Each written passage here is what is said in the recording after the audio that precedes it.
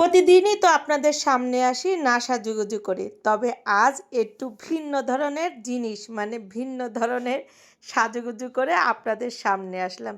তবে গাইস কেমন লাগছে প্লিজ কমেন্টে জানাবেন। আর হ্যাঁ, আজকে সারা রাত ঘুমাইনি, যে ভাবছি সকাল সকাল সাজুগুজু করে সকাল সকাল বেরোবো। বিশ্বাস করেন সকাল সকালই আমি সাজুগুজু করতে গিয়েছিলাম, কিন্তু দুঃখের বিষয় যে ঘড়ি দেখি যে ১টা বাজে, তাহলে বোঝেন সাজুগুজু করতে কয়টা বাজছে। আমার ৩টা বেজে গেছে এই সাজুগুজু করতে।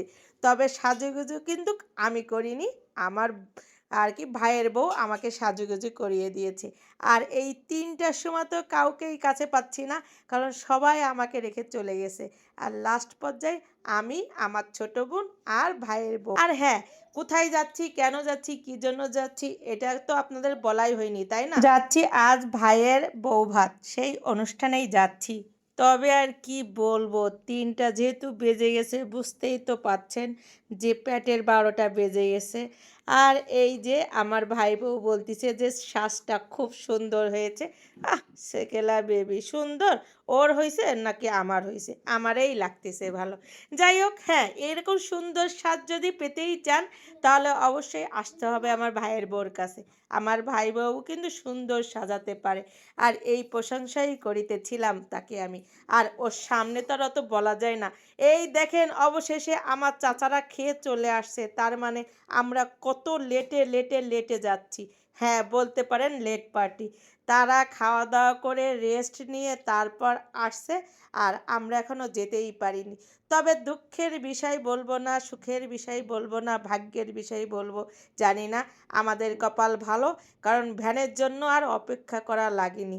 চাচারা যেই ভ্যানে আসছে ওই ভ্যানেই অবশেষে আমরা উঠে গেলাম।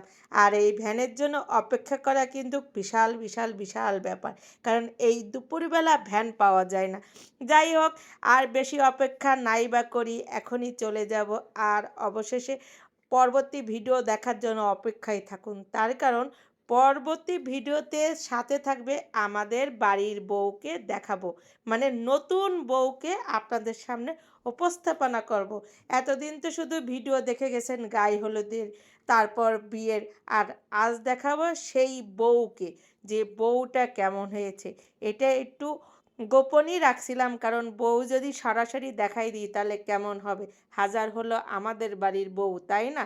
যাই হোক, এত কথা বলতে বলতে কিন্তু বেশি খিদেও লেগে গেছে, কিচ্ছু করার নেই। এই যে অবশেষে আমরা পৌঁছে গেলাম। আর এতক্ষণ যারা ভিডিওটা দেখেছেন অবশ্যই লাইক কমেন্ট শেয়ার দিয়ে আমাদের সাথেই থাকবেন, পাশেই থাকবেন।